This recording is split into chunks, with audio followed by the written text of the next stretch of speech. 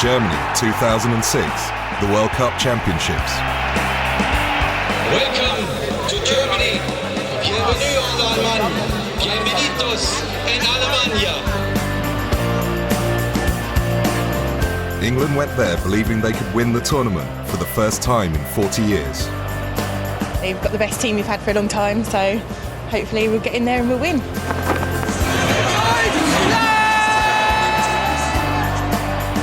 For Germany, it was the greatest event since the East and West were unified. It also presented an opportunity to bury still raw memories of her Nazi past.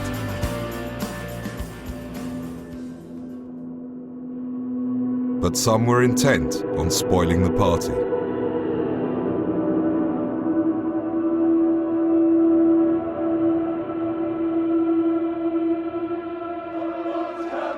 And when Germany chose to host the World Cup, it gave everyone a massive boost.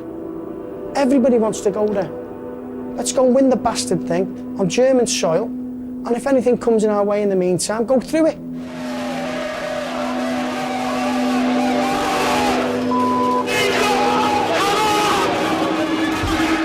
This is the untold story of the ugly face of the beautiful game, filmed undercover at the greatest soccer extravaganza on earth.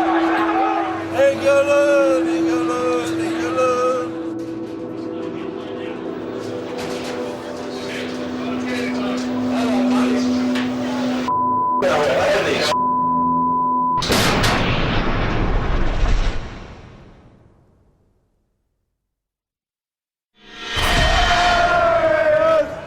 England's World Cup journey began in Frankfurt, where the fans were feted as the best in the world for being loud, proud and passionate.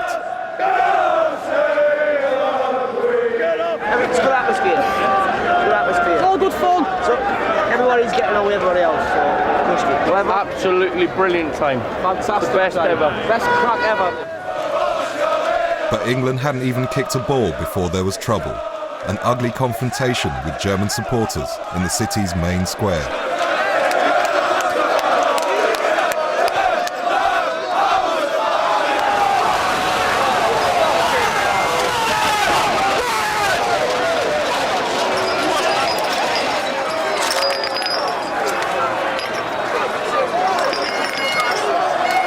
The police didn't overreact, but quietly separated rival fans.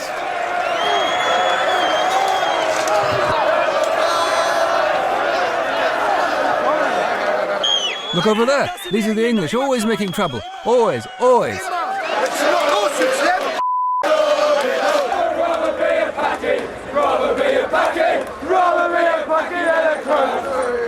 As the evening drew in, the atmosphere degenerated, with racist chanting from a section of the crowd.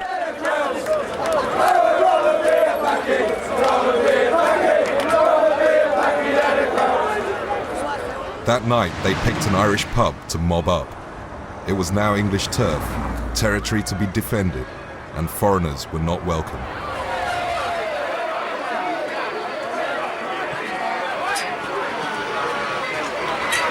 Some supporters were itching for a fight.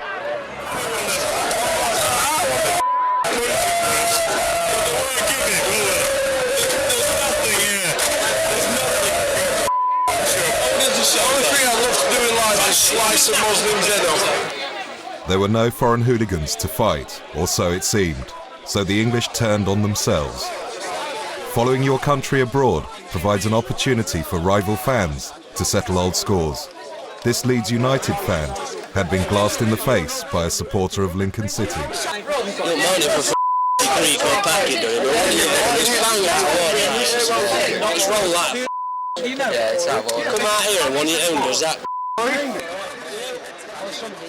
Anywhere where there's alcohol, vast amounts of people, media, threat of police, it's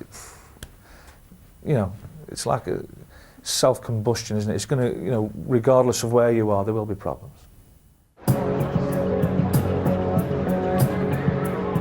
And the problems were not long in coming. By 1 o'clock in the morning, the number of fans on the streets had dwindled. Only small pockets of English hung around near the brothels and the late-night drinking dens in Frankfurt's red light district.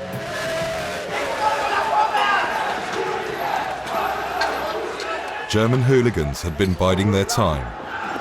Now they made their move. They launched a surprise ambush against England fans drinking in a bar.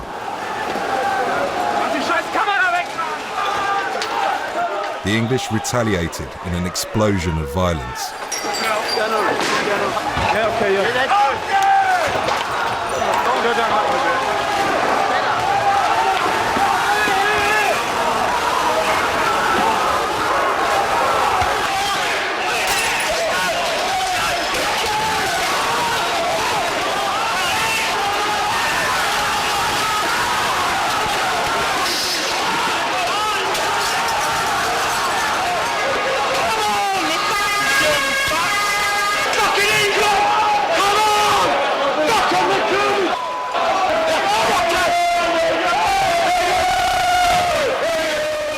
The English regrouped and advanced up the street.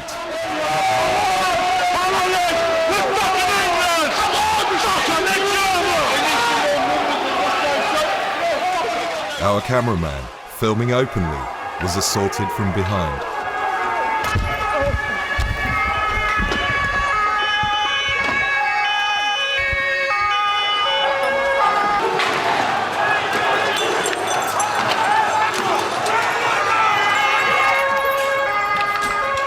German police arrived. A plainclothes officer helped identify the troublemakers.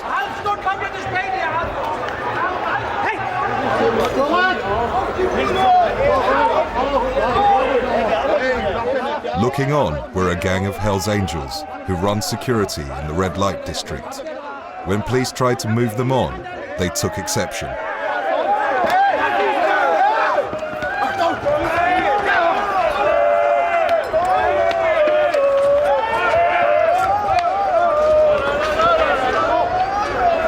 Germans causing trouble. Germans causing trouble. We're all behaving ourselves. In the bar over there, we were on the corner there. Are you not German? And they went, yeah. I said, look, we're over here in the bar, you're there, you've been staying with us for a fucking hour. Do you fucking want it or not? What did he say? They went, right. So as I'm back across the road, they all fucking got that, we'll fucking smack round the head. That's it. Police took control and cordoned off both ends of the street. The English were now surrounded. Our undercover team tried to leave.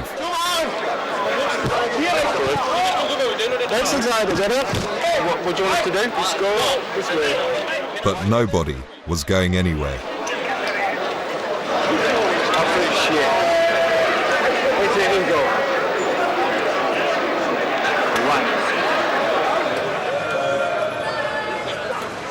Despite the violence, there was only a handful of arrests, mainly Hells Angels.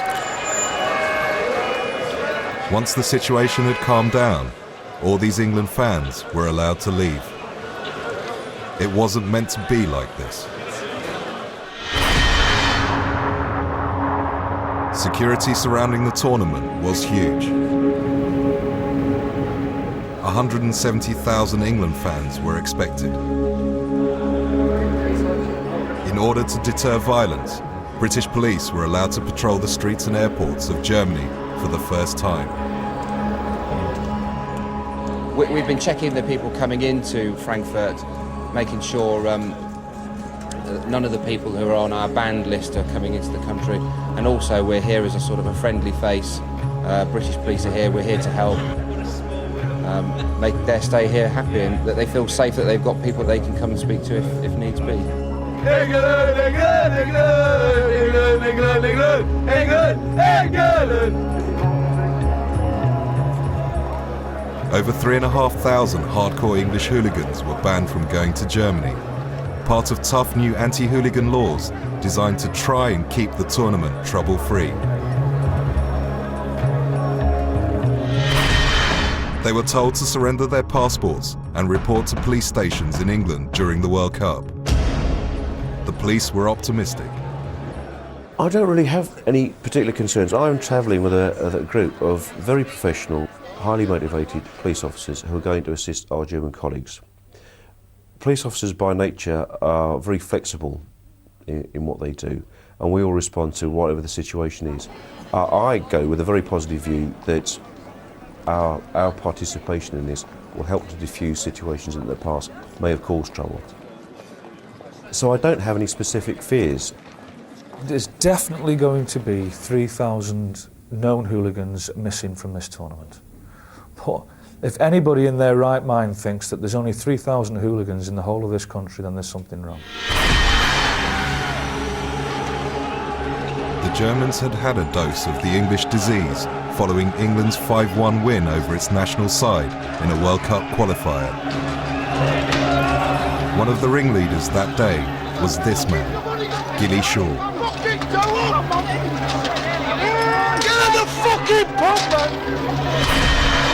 And 5 years on, he'd slipped into Frankfurt for the World Cup finals. More trouble. English hooligans on the rampage in Albufeira, Portugal, during the European Championships 2 years ago.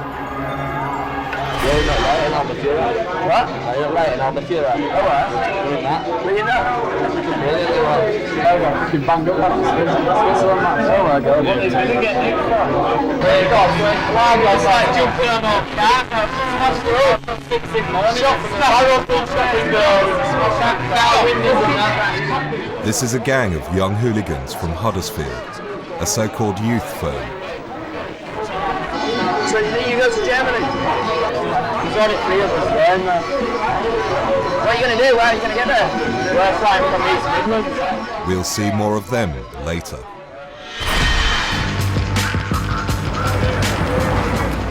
It's after dark when most of the trouble started. Back in Frankfurt, plainclothes English and German police acted as spotters. They watched the mob and identified troublemakers. And they recommended the tactics to prevent violence.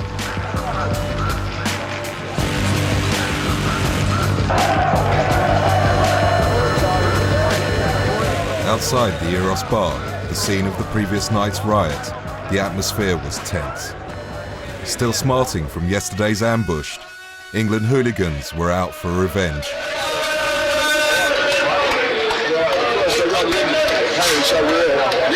is a knocking shop down there, it's 25 cents, €25. Fuck that, someone there, in fucking question out of me crap. I'm not walking away from this tonight if it goes off.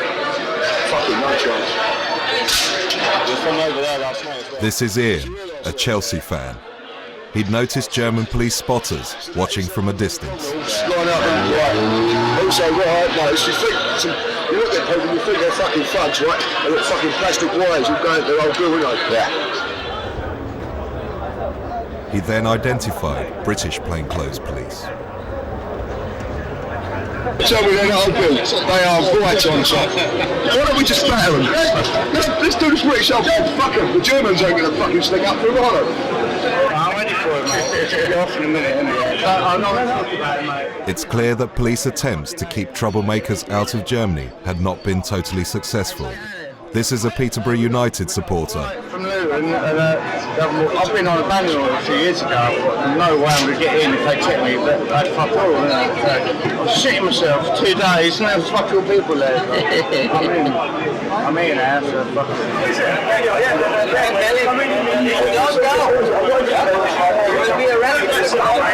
We don't want trouble too, yeah?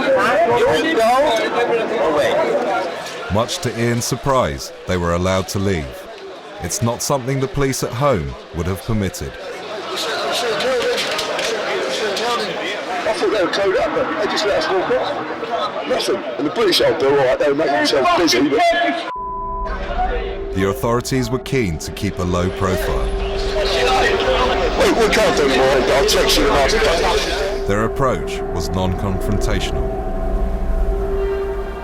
Denn wir wissen, dass gerade bei der Mehrzahl der Hooligans. We know that in the case of most hooligans, aggressive behavior on our part would be more likely to incite them to violence.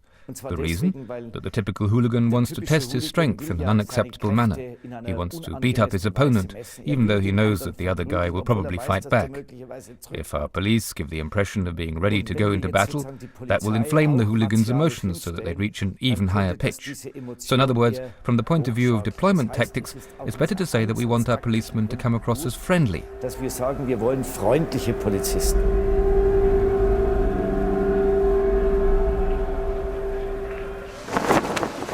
It's a very warm afternoon here in Frankfurt, and here we go. England's World Cup campaign in Germany is underway. And any second now into the bright sunshine here in Frankfurt come the teams. England to the left, Paraguay all in blue to the right. The FIFA anthem blaring out. Still seeing a few black sparks going off as well, even though it's a beautiful sunny afternoon, about 25 degrees centigrade here.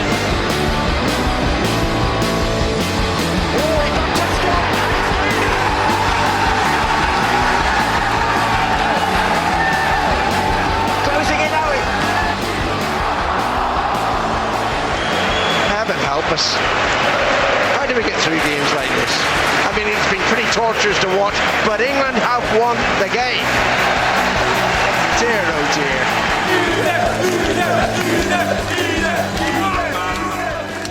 Ordinary English fans despair at our reputation for hooliganism. But other European countries also have violent supporters. Welcome to Dortmund for the Group A game between Germany and Poland. Germany and Poland are arch rivals, with the animosity between their supporters born out of events that occurred more than 60 years ago. Poland was crushed and then brutally occupied by the Germans in World War II. Its Jewish population deported and murdered in the Nazi concentration camps.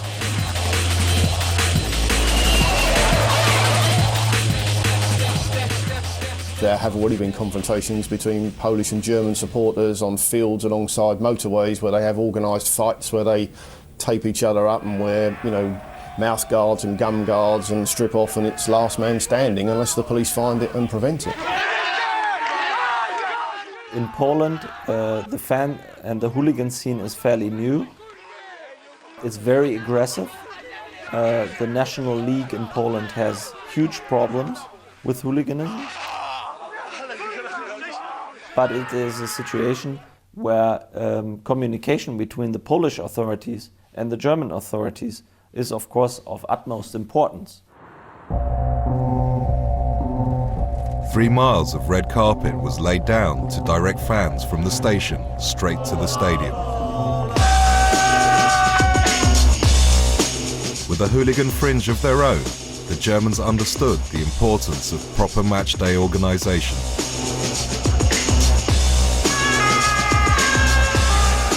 But this was an intelligence-led operation, a covert war between hooligan and police.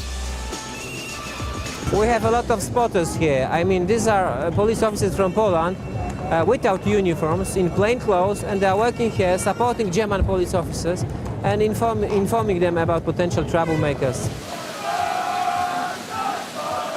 Uniformed police had been tipped off by spotters about a pre-arranged fight between German and Polish hooligans.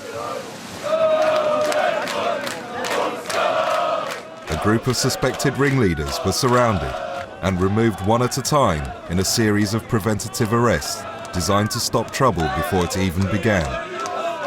But the city was swarming with hooligans.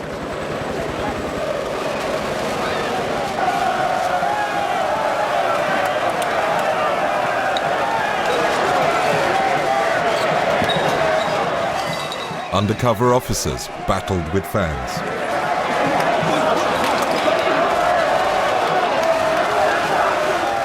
Hundreds of riot police tried to clear drunken hooligans from Dortmund's city centre.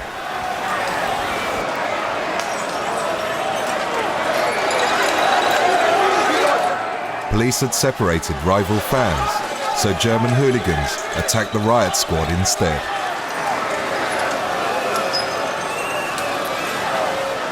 Sporadic violence broke out all over the city.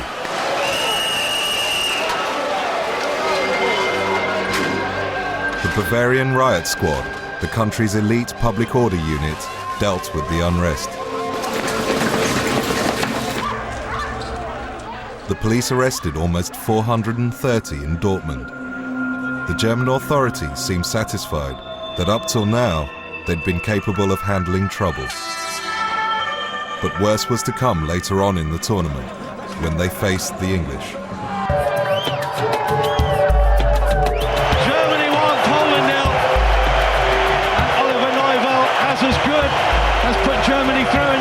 Poland home.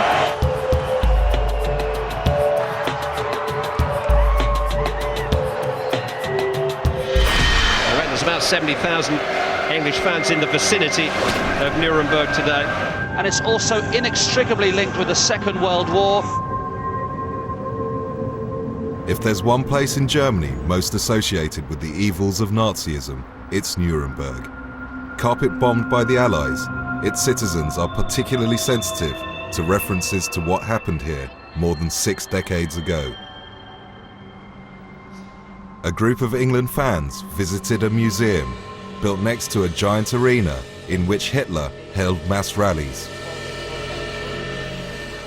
It was the seat of his power and a monument to the Third Reich.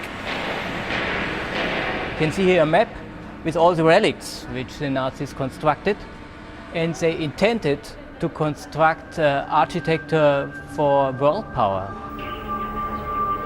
The surprise element was the reality part of it, really, the fact that we, you know, because of where we live, we're sort of distant from these things, but when you actually hear in the sort of heart of the sort of Nazi empire, if you like, and then see all the documentation and realised it started here and it happened here, I think that's a little bit chilling, yeah.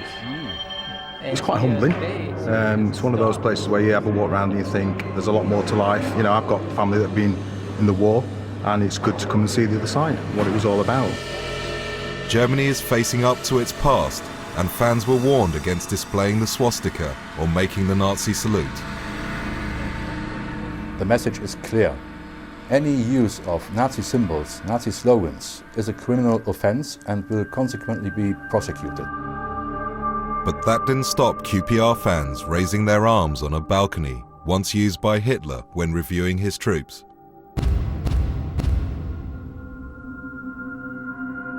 On the streets of Frankfurt, there were similar gestures.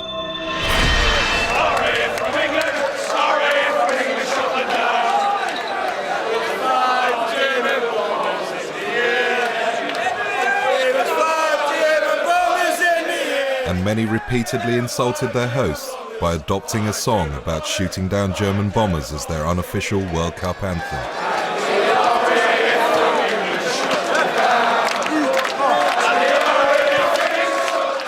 Such jibes are almost unknown and unusual in Germany.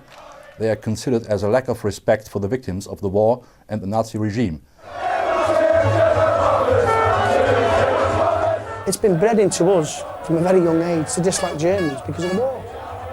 My grandfather was a wing commander in the First World War, and now whereas he had a lot of good words to say about other foreign countries, he used to call the German bastards. He mentioned the Germans, the word bastards would follow it.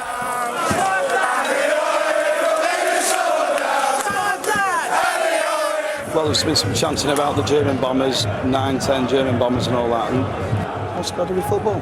It makes you sick to be English, to be honest. You know, it's just naughty. Football song's great. You know, we all support our countries, so support them with pride. If it makes England sound loud and proud, then I suppose that's their ethos behind it, but as far as, you know, 99% of the English fans that are out here have walked away from that pretty much instantaneously, which is something that we never get credited for.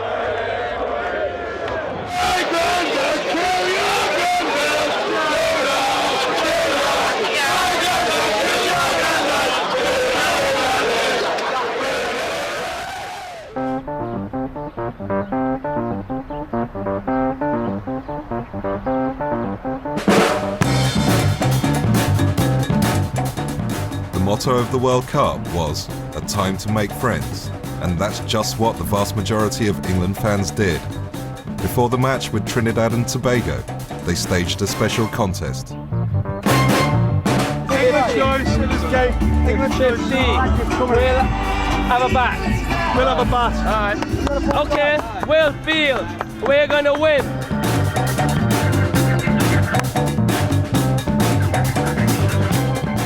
Trinabagonians, but that's the collective term for people from Trinidad and Tobago.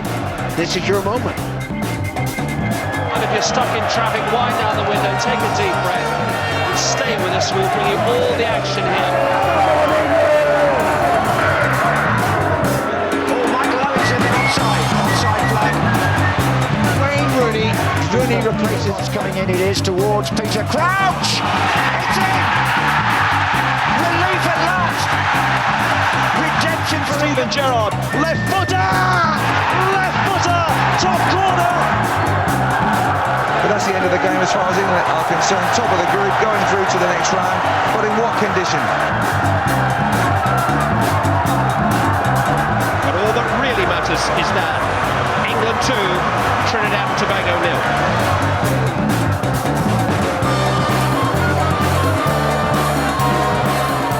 England have got out of jail.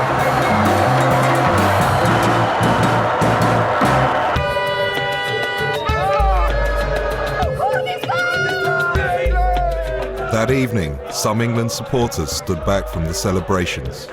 They'd found a place to drink, and their chants were about belittling other countries. Brazilians were also in Nuremberg, following a win over Croatia.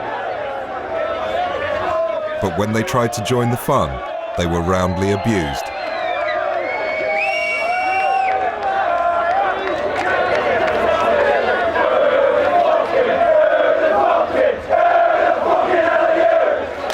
All the while, the police stood in the background. The majority of hardcore English hooligans may have been prevented from reaching Germany. The banning orders saw to that. But they were replaced by something else. Lager lads. I think when the tournament started, the group of people I was most interested in was the lads, who were out for a party time, but if some trouble happens, they'll be right in the middle of it. And I think that's what we've seen through the championship. We've seen that group constantly in the thick of things, and they've just been totally antisocial and loutish.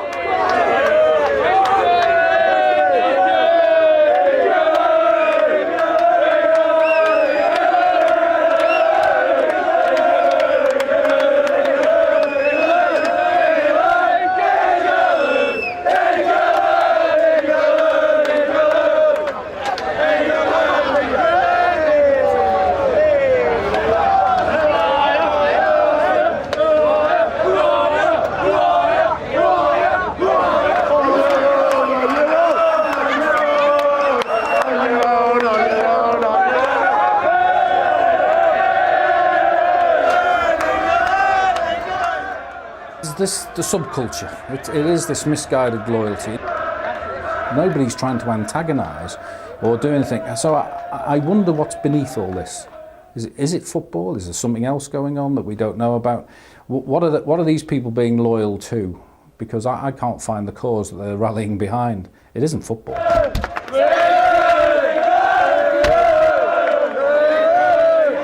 Their behaviour was not dissimilar from anything witnessed in our town centres at the weekend.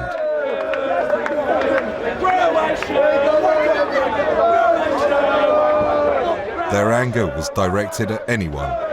All you're bothered about is getting your fucking silly little story. Look at you just standing around here waiting for fucking scumbags. Are you English? Are you English? You're betraying your own fucking people. It's fucking horrible.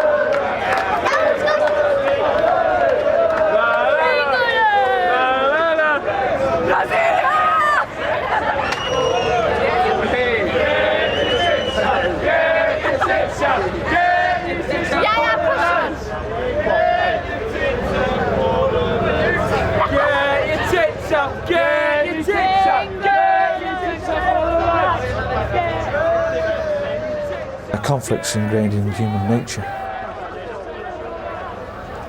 You know, if we stripped ourselves down and took all our nice computers away and our nice cars and our comfy chairs and put us all together as we were thousands of years ago, what's the first thing we're going to do? Fight over that stick because we can make a fire with that.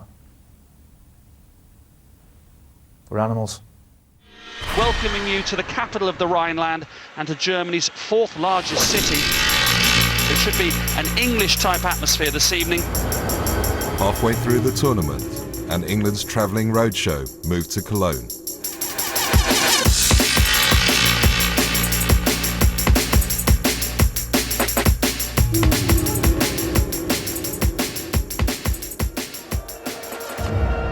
Fans were here for the final first-round game against Sweden, opponents we haven't beaten in 38 years.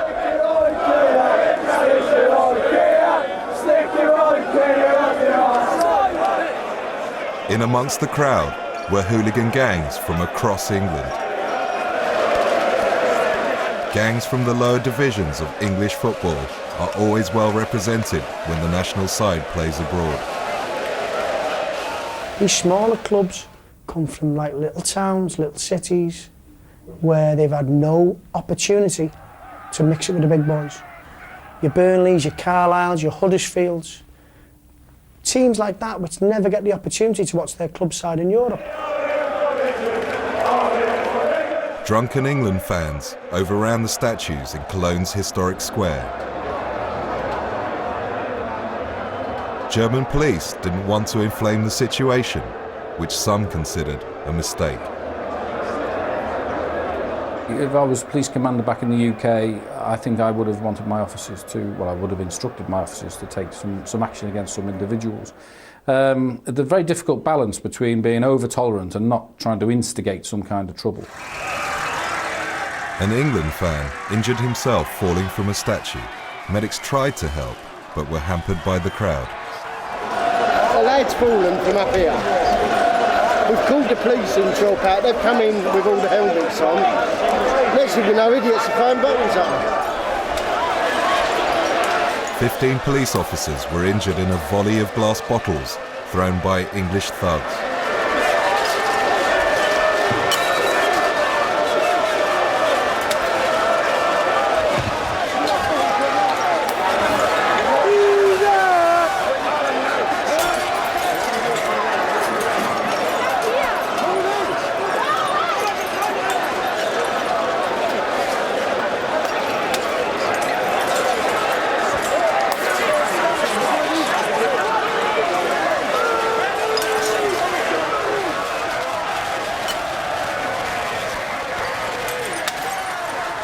In the middle of the mob, English hooligans gained strength in numbers and urged each other on, surging forward, determined to cause a riot.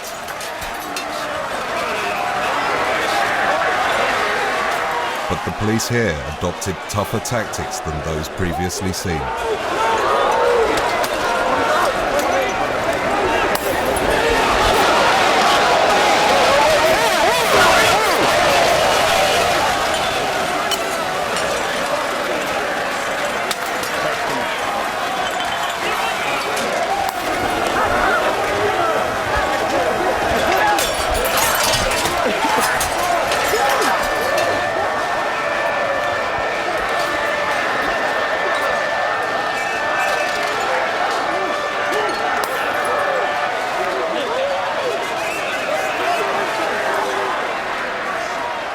This is my first day here because I've come over, first time watching England away because of how good the fans have been. Yeah, I'm pissed off.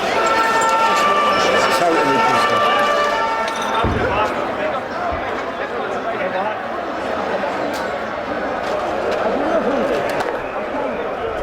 Caught up in the violence, an innocent England supporter became separated from his son. When he tried to breach police lines, he was temporarily blinded with pepper spray.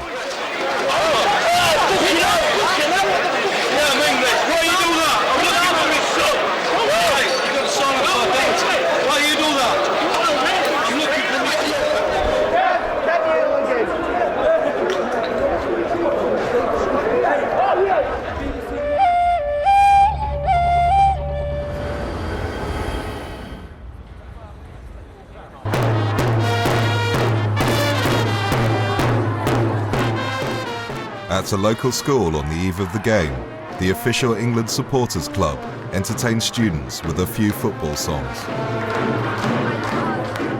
Visits like this helped to build bridges. Youngsters learned not all England fans were hooligans.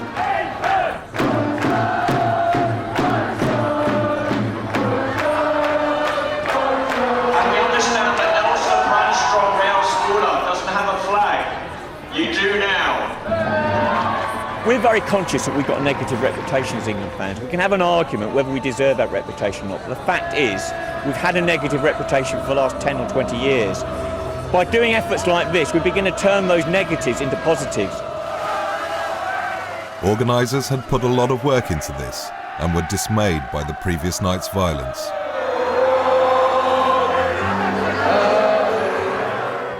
hooligan is too polite a term for them. They're bullies, they're school bullies who want to assert the fact that they're here and they want to ruin it for the rest of us. We want to be the most welcome guests at the party. That doesn't stop me wanting England to win and preferably to beat Germany. I'm just as passionate as any fan, but I will not accept this idea that patriotism is dragging your country's reputation through the street, which is what those people are doing.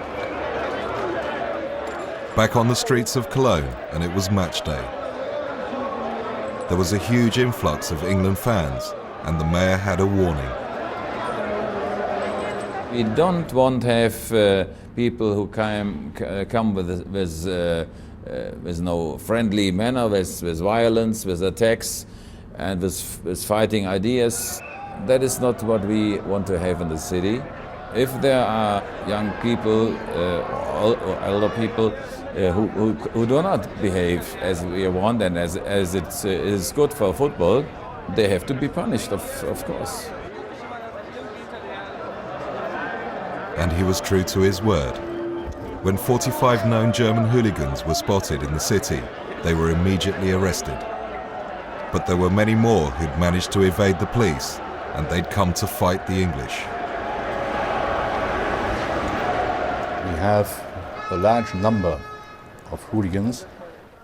Some of these do consider the English as their preferred enemies or counterparts for brawls. These foreign two-bob firms think that because England have 3,000 hardcore fans banned, that they will be walked upon. Let's clear England out of the way. This is our chance. The Poles, the Swiss, for Christ's sake.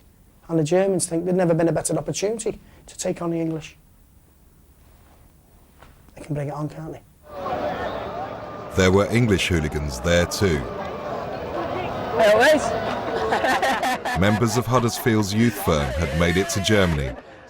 Steve Hunt was in the middle of a story about nearly coming to blows with a gang from Cardiff. What the mob is it? Like, Cardiff brought 1,000 or what? Alright. They were like, no, give us your number, I'll get a coach order. I said, well, you don't need a number, just fucking come and we'll have it with you.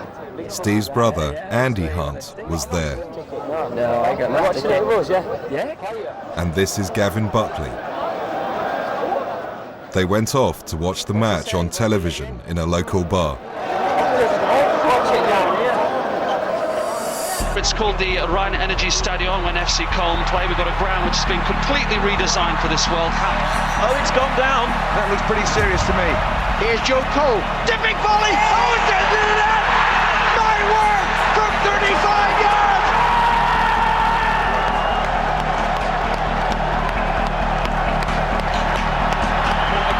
To Sweden, it's there.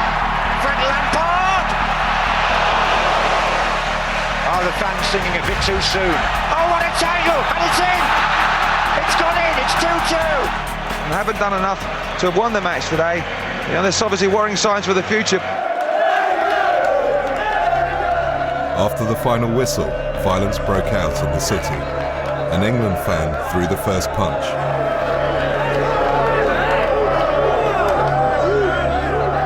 They were trying to attack German supporters who'd gathered in the main square.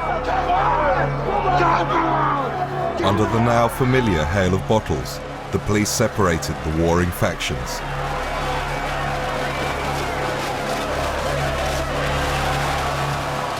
Huddersfield's youth firm were on the front line.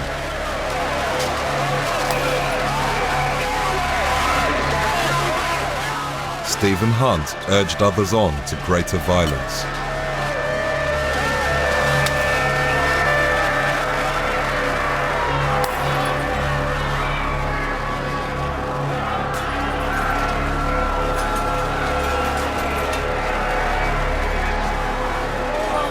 Huddersfield was still at the forefront of the trouble.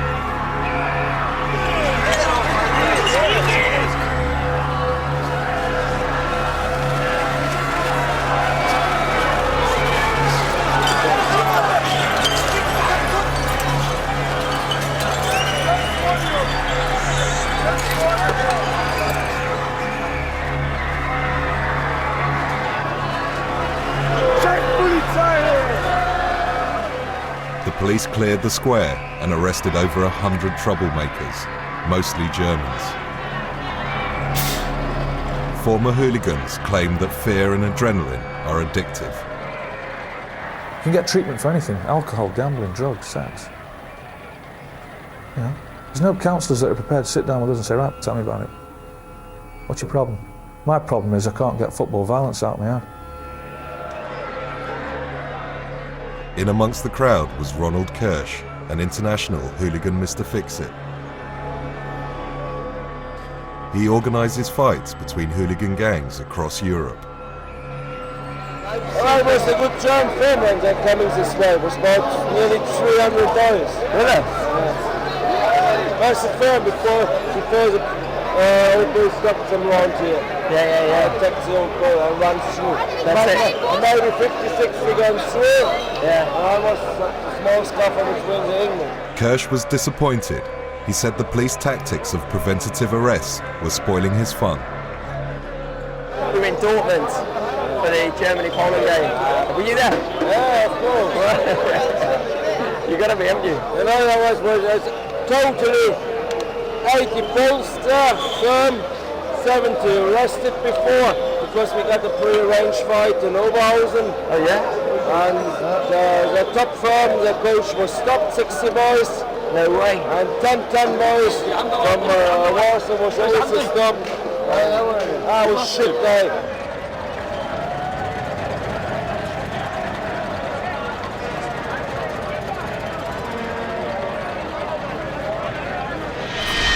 Customary wobbles along the way, but England made it through to the knockout stage. Well, when is this English team going to get a grip on this World Cup? England's penultimate game was in Stuttgart in southwest Germany. This was to be the scene of the worst outbreak of hooliganism in the whole World Cup.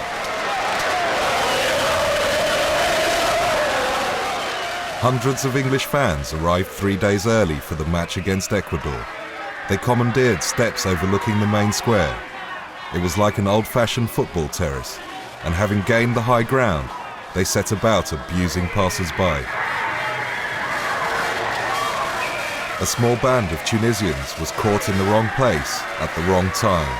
They'd been mistaken for Turks and assaulted by drunken thugs who threw beer and bottles. Turks are reviled by some fans following the stabbing of 2 lead supporters in Istanbul 6 years ago. They were chased down the steps and attacked again.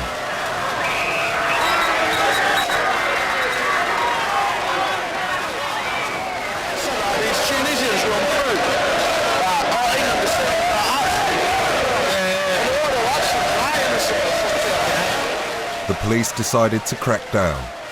Over 130 English fans were surrounded.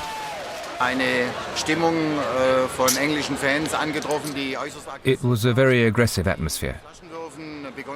They were throwing bottles and singing loudly. We considered this to be dangerous to other citizens who were walking around.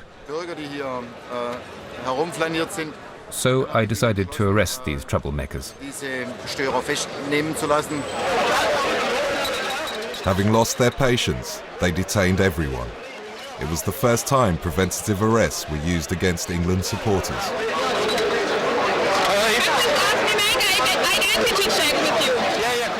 Our undercover team was caught in the middle and were among the first to be detained. It was a long walk to the waiting police van.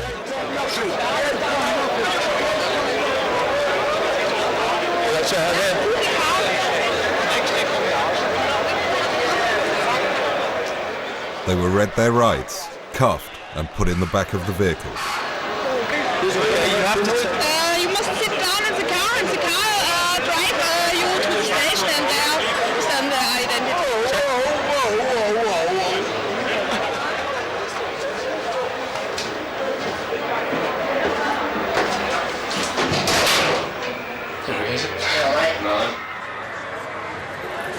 Back, please. A Millwall supporter was about to join them.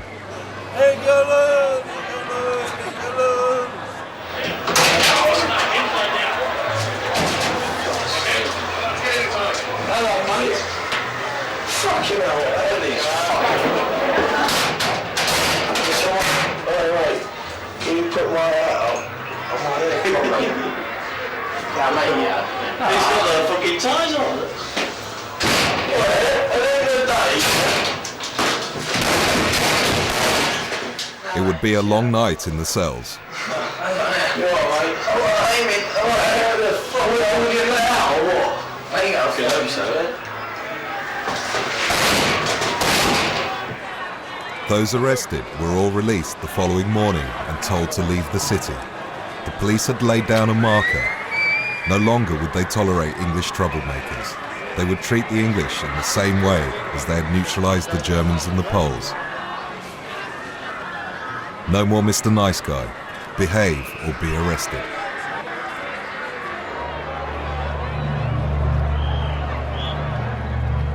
While England fans were in Stuttgart to see their team play Ecuador in the knockout stage of the tournament, German interest centred on their match with Sweden. A vast crowd gathered to watch the game on giant screens in the city centre. There was huge pride in the national flag, something not seen in Germany for many years. But behind the scenes, there were concerns. Fearing that English thugs would wreak havoc, British police advised their host to close the steps. What we said was the steps is going to be a congregational area again. You can consider whether you wish to close them off, deny access to people. It's an option. It was an option that wasn't taken. You know, that's a public area. It's you cannot just say nobody can go there. We are living in an open society, in an international community, so we do not want to close everything. Germany won 2-1, much to the disappointment of the English contingent who'd wanted the host nation to lose. They'd reclaim the steps, as predicted.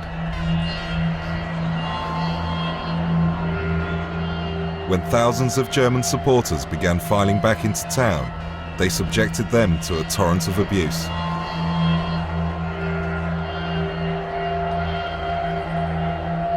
As the beer continued to flow, their behaviour deteriorated.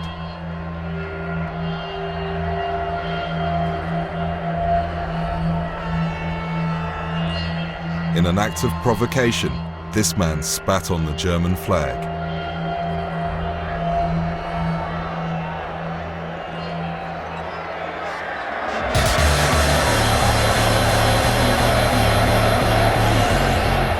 It worked, and soon punches and chairs were flying.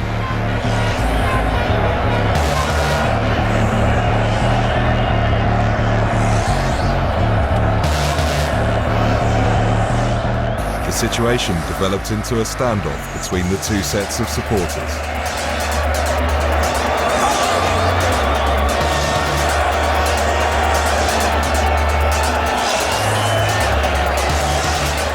Some desperately tried to get away. It was about to become a full-scale riot.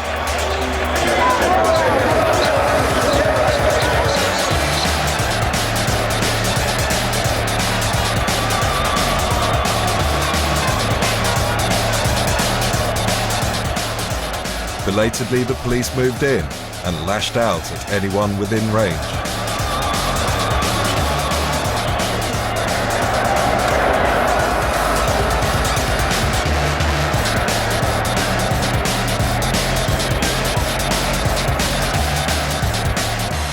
In the middle of the mass disorder, beer continued to be sold in large quantities.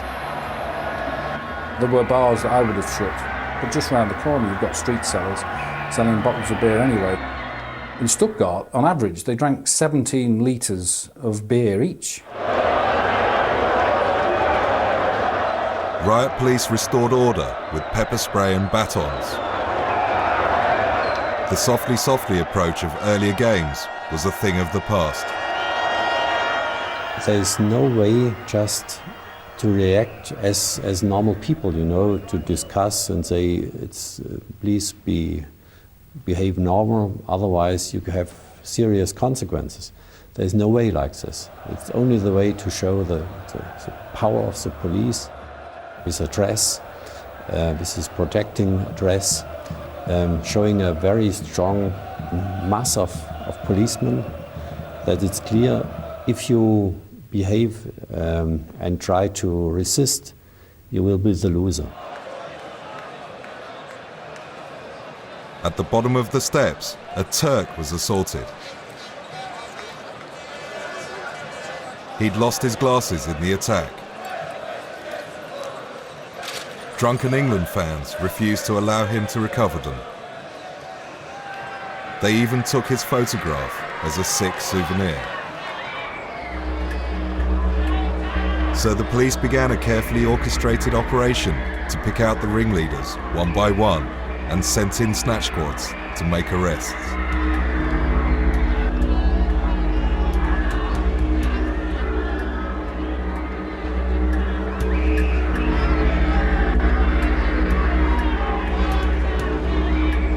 Dozens were led away, some so drunk they could hardly stand.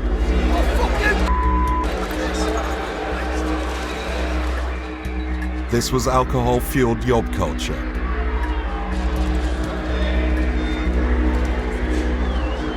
There may have been fewer hardcore hooligans, but the presence of so many drunken thugs was worrying to the British police. We've made huge steps in controlling organised violence. That side of things in general has been a success. I think the next step is the antisocial louts that refuse to take any cognizance of any authority, laws, regulations, drink to excess. Generally people you wouldn't want to live next door to. Now if they start to associate themselves with football, as they associate themselves with the nighttime economy across the UK, I think we as a society have got real problems.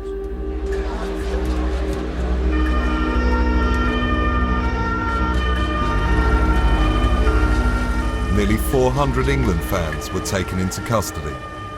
Just a few days earlier, the Germans had been honouring them as the best in the world, but their love affair with the England's World Cup entourage was over.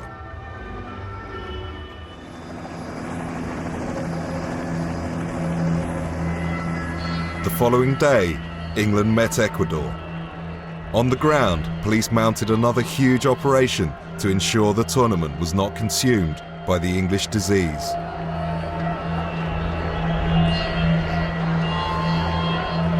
Well, it really is a sweltering day in Stuttgart. It's about Rooney's fitness, it's about the formation that England are going to play, and substitutions and the use of them.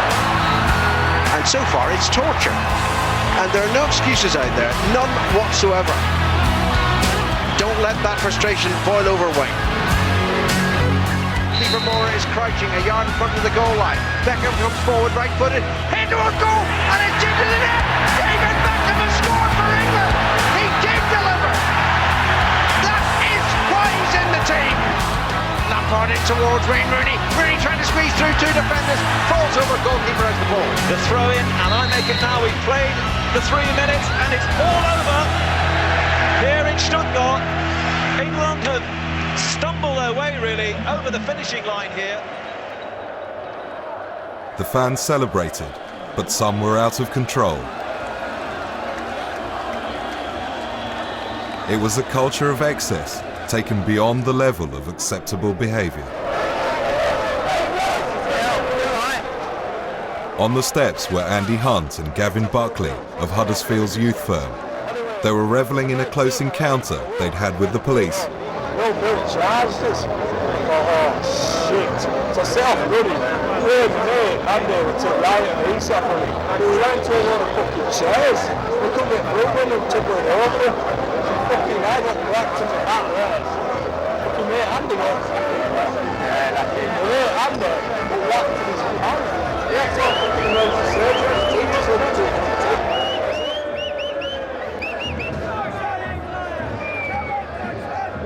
Huddersfield's Stephen Hunt was also there. and Steve Cornell, who'd been arrested the previous night and released only on the condition he stayed out of town. Like many others, he ignored the warning. We're not allowed in here today. We're not allowed in today. We're not allowed in Stuttgart now.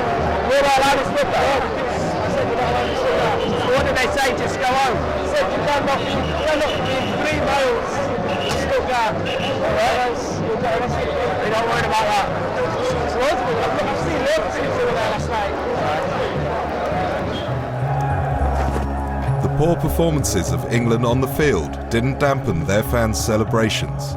Only the Portuguese now stood in the way of the team reaching the last 4. Will this compact arena in Gelsenkirchen be remembered as a gateway to the semi-final? Or as England prepare now to come out, will it be a backdoor to World Cup oblivion? There were scenes that you wish England were not associated with.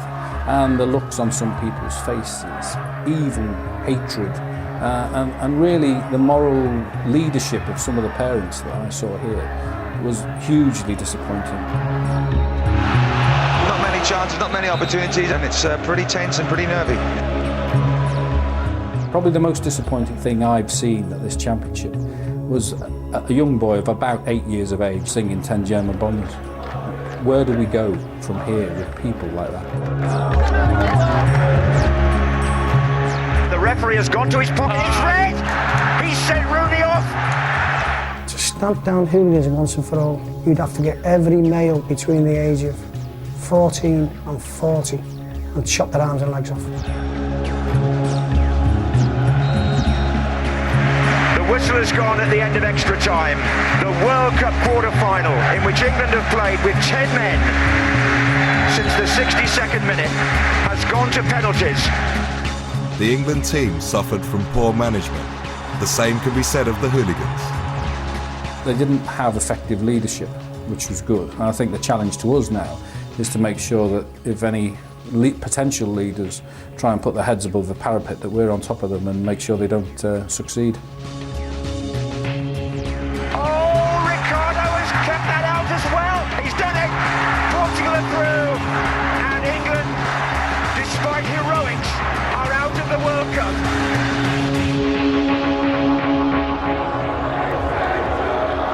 The vast majority of England fans behaved impeccably.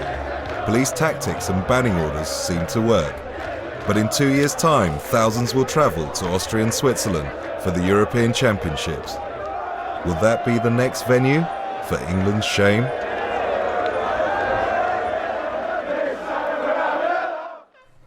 Investigating allegations that water companies put profits before customers, Panorama asks, whose water is it anyway? Sunday at 10:15 here on BBC One.